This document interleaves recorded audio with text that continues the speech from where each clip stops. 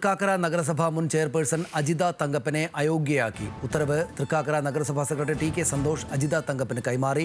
വിദ്യാഭ്യാസ standing committee യോഗത്തിൽ നിരന്തരം വിട്ടുനിൽക്കുന്നതായി പരാതിയുടെ അടിസ്ഥാനത്തിലാണ് നടപടി.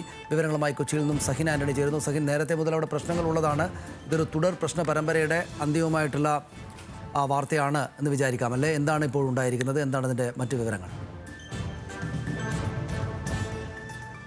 അങ്ങനെ തന്നെ കരുതേണ്ടി വരും സനീഷ്. കഴിഞ്ഞ തൃക്കാക്കര നഗരസഭയുടെ ചരിത്രത്തിൽ ആദ്യമായിട്ടാണ് ഒരു കൗൺസിലറെ അയോഗ്യയാക്കുന്നത്. പ്രത്യേകിച്ചും അജിത തങ്കപ്പൻ നമുക്കറിയാവുന്നതുപോലെ തന്നെ ഓണക്കിഴി അടക്കമുള്ള വിവാദങ്ങളിൽ അകപ്പെട്ടിരുന്ന ഒരു വ്യക്തി കൂടിയായിരുന്നു.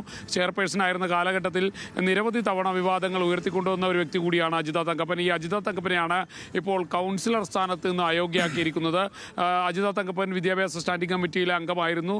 നിരന്തരമായി ഇതിൽ പങ്കെടുക്കുന്നില്ല എന്നുള്ളതിനെ തുടർന്ന് കൂടെ ഉണ്ടായിരുന്ന കൗൺസിലർമാർ തന്നെയാണ് പരാതി കൊടുത്തത്. ഈ പരാതിയുടെ അടിസ്ഥാനത്തിലാണ് അജിത തങ്കപ്പനെ അയോഗ്യയാക്കിയിരിക്കുന്നത്. എന്തായാലും അജിത തങ്കപ്പനെ അയോഗ്യയാക്കിക്കൊണ്ടുള്ള ഈ റിപ്പോർട്ട് അല്പനേരം മുമ്പ് തൃക്കാക്കര നഗരസഭാ സെക്രട്ടറി സന്തോഷ് അജിത തങ്കപ്പൻ്റെ വീട്ടിലെത്തി കൈമാറുകയായിരുന്നു. നേരത്തെ സനീഷ് സൂചിപ്പിച്ചതുപോലെ തന്നെ ഈ വലിയ പ്രശ്നങ്ങൾക്കിടയിൽ അതിൻ്റെ അന്തിമമായ ഒരു തീരുമാനമായി ഇത് മാറും എന്നുള്ളത് കാത്തിരുന്ന് കാണേണ്ടി വരും സനീഷ്. ഇതിപ്പോൾ ഇങ്ങനെ ഒരു റിപ്പോർട്ട് ഈ അയോഗ്യയാക്കി എന്നത് ഏത് ഭാഗത്തു നിന്നാണ്? അതായത് നഗരസഭയുടെ നടപടിയാണോ? അത് എന്തുകൊണ്ടാണ് യഥാർത്ഥത്തിൽ ഒരു രാഷ്ട്രീയ നേതാവ് സാധാരണഗതിയിൽ ഇങ്ങനെ അവരുടെ ഔദ്യോഗികമായുള്ള മീറ്റിങ്ങുകളിൽ പങ്കെടുക്കാതിരിക്കുക, അതേ തുടർന്ന് അയോഗ്യയാവുക എന്നതൊന്നും സാധാരണ സംഭവങ്ങളല്ലല്ലോ കേരളത്തിൽ.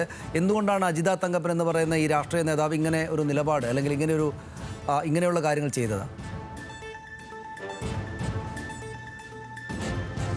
അതായത് സനീഷ്, കോൺഗ്രസിന് തൃക്കാക്കര നഗരസഭയിൽ സ്വാധീനമുണ്ടായിരുന്നു. ഒന്നോ രണ്ടോ സീറ്റിൻ്റെ വ്യത്യാസത്തിലായിരുന്നു കോൺഗ്രസിന് നഗരസഭ പിടിക്കാൻ തന്നെ കഴിഞ്ഞത്. ഇതിനിടയിൽ 2.5 വർഷം വീതം വയ്ക്കണമെന്നുള്ള ഒരു വാദം ഉയർന്നു വരികയും അങ്ങനെ അജിത തങ്കപ്പൻ തുടക്കത്തിൽ നഗരസഭയുടെ ചെയർപേഴ്സൺ ആകുകയും ചെയ്തു. പിന്നീട് മാറിക്കൊടുക്കാൻ അജിത തങ്കപ്പൻ തയ്യാറായില്ല എന്നുള്ളതായിരുന്നു മറ്റൊരു ആരോപണം ഉണ്ടായിരുന്നത്. നിലവിലെ നഗരസഭയുടെ ചെയർപേഴ്സണായിട്ടുള്ള വ്യക്തി ആ സ്ഥാനത്തേക്ക് എത്തിയത് അജിത തങ്കപ്പനെ ബലമായി കോൺഗ്രസ് ആ സ്ഥാനത്ത് നിന്ന് മാറ്റിയതുകൊണ്ടാണ്. അതുകൊണ്ട് തന്നെ കഴിഞ്ഞ ഏതാനും നാളുകളായി കോൺഗ്രസുമായി ഇടഞ്ഞു നിൽക്കുകയായിരുന്നു അജിത തങ്കപ്പൻ. അതുകൊണ്ട് തന്നെയാണ് തുടർച്ച അജിത തങ്കപ്പൻ ഈ യോഗങ്ങളിലൊന്നും പങ്കെടുക്കാതിരുന്നത്. എന്തായാലും ഈ അവസരം നന്നായി തന്നെ മറ്റ് പാർട്ടികൾ ഉപയോഗപ്പെടുത്തി എന്നുള്ളതാണ്. എന്തായാലും അത് സംബന്ധിച്ചുള്ള പരാതികൾ ഉണ്ടായിരുന്നു. ഈ പരാതി കൈകാര്യം ചെയ്യേണ്ട ഒരു അവസ്ഥയിലേക്ക് നഗരസഭ എത്തിച്ചേരുകയും നഗരസഭാ സെക്രട്ടറി നേരിട്ടെത്തി ഇത്തരത്തിലുള്ള ഒരു അയോഗ്യയാക്കിക്കൊണ്ടുള്ള ഒരു റിപ്പോർട്ട് കൈമാറുകയുമാണ് ഉണ്ടായത്. ശരി, നന്ദി സഹിൻ. ആ വിവരം